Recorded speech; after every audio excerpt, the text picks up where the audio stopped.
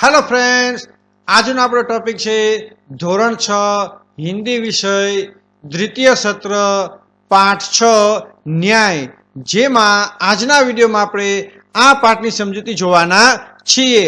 આ પાઠમાં ન્યાય અને બુદ્ધિમત્તા એમ બંનેનો સંગમ જોવા મળે છે। તો ચાલો વિડીયો શરૂ કરીએ। पुराने जमाने में इराक की राजधानी बगदाद में एक व्यापारी रहता था। नाम था उसका अली ख्वाजा। व्यापार करते करते जब उसके पास 1000 सोने की मोहरें इकट्ठी हो गई तो उसने मक्का शरीफ की यात्रा का निश्चय किया। चूंकि वह अकेला रहता था, उसने अपनी जमा पूंजी अपने मित्र के यहाँ रखने का निश्चय किया। यात्रा के खर्च के लिए उसने 500 मोहरें अलग रख ली। फिर एक घड़े में बची हुई मोहरें डालकर तेल भर दिया।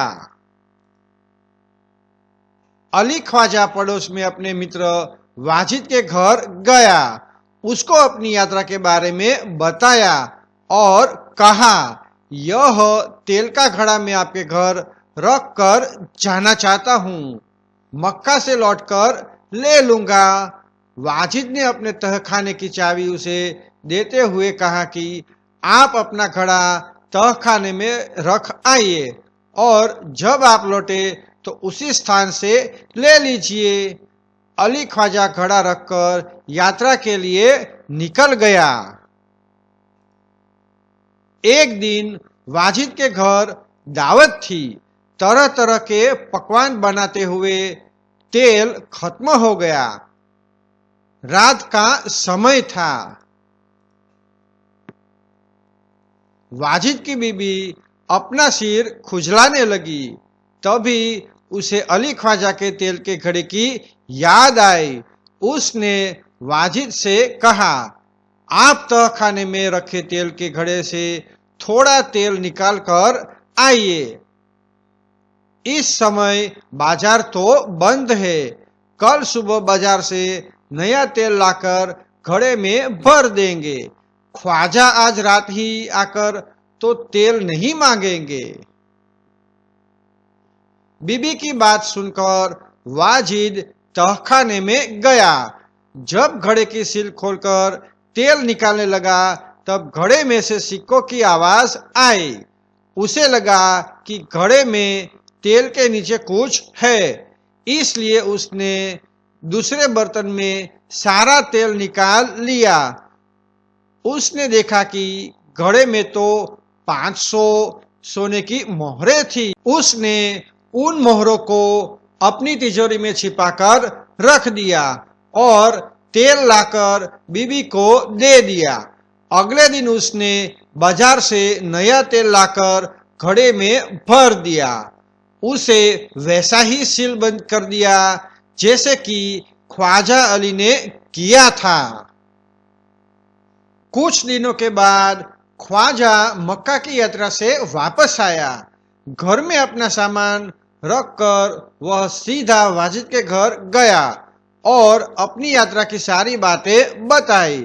फिर तेल का घड़ा लेकर वह घर आ गया। जब उसने घड़े का तेल निकाल कर देखा तो उसके पैरों तले जमीन खिसक गई। वह सिर पकड़कर बैठ गया क्योंकि घड़े में एक भी सोने की मोहर नहीं थी। वह सोचने लगा, अब क्या किया जाए। वह उल्टे पांव वाजिद के घर गया और अपनी मोहरें मांगने लगा। वाजिद ने कहा कि सील बंद तेल का घड़ा आपको उसी स्थान से मिला जहां आप रखकर गए थे। मैंने तो उसे हाथ भी नहीं लगाया।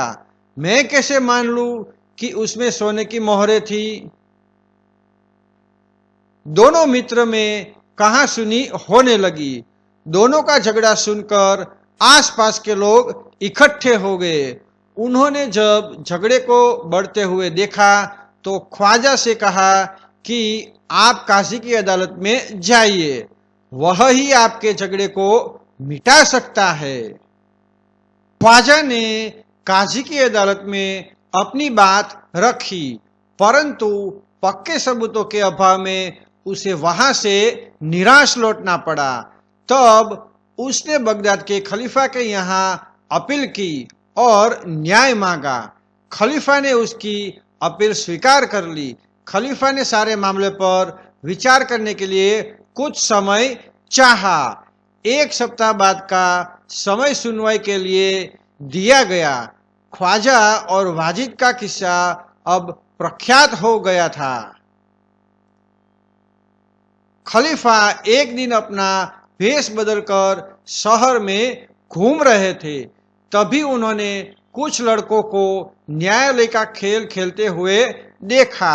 वह छिपकर उनका खेल देखने लगे। उन्हें लगा कि जो लड़का न्यायाधीश बना है वह बड़ा समझदार है। वह जिस तरह न्याय कर रहा है बिल्कुल ठीक है। इसलिए उन्होंने उस लड़के को अपने पास बुलाया और उसका नाम पूछा। लड़के ने कहा, मेरा बाप हसन है। खलीफा ने कहा, मैंने तुम्हारा खेल देखा। तुम बहुत समझदार हो। कल हमारे दरबार में आना। अगले दिन खलीफा के दरबार में अली, ख्वाजा, वाजिद और हसन उपस्थित हुए। खलीफा ने हसन से कहा कि तुम इन दोनों के झगड़ों का किस्सा सुनो और बताओ कि इनमें से कौन सच बोल रहा है। हसन ने दोनों की बातें ध्यान से सुनी। फिर उसने 2 तेलियों को बुलवाया। थोड़ी देर में 2 तेली आ गए। हसन ने उनसे कहा, आप इस घड़े के तेल की जांच कीजिए और बताइए इस घड़े में तेल कितना पुराना है। दोनों तेलियों ने बारी बारी से तेल को देखा, सूंघा और चखा। फिर अपना निर्णय दिया। घड़े का तेल 2 महीने पुराना लगता है, इससे ज्यादा नहीं, वे बोले। तेलियों के बात सुनकर वाजिद तो घबरा गया। अली, ख्वाजा खुश होकर बोल पड़ा, हुजूर, मैं तो 6 महीने पहले मक्का की यात्रा करने गया था। तभी मैंने तेल खरीदा था। तेलियों और अली, ख्वाजा की बात सुनकर सबको वास्तविकता का ज्ञान हो गया। खलीफा को न्याय के लिए सबूत मिल गया। खलीफा ने हसन को धन्यवाद दिया और वाजिद से कहा कि आपने अली, ख्वाजा के घड़े से तेल और मोहरे निकाली है।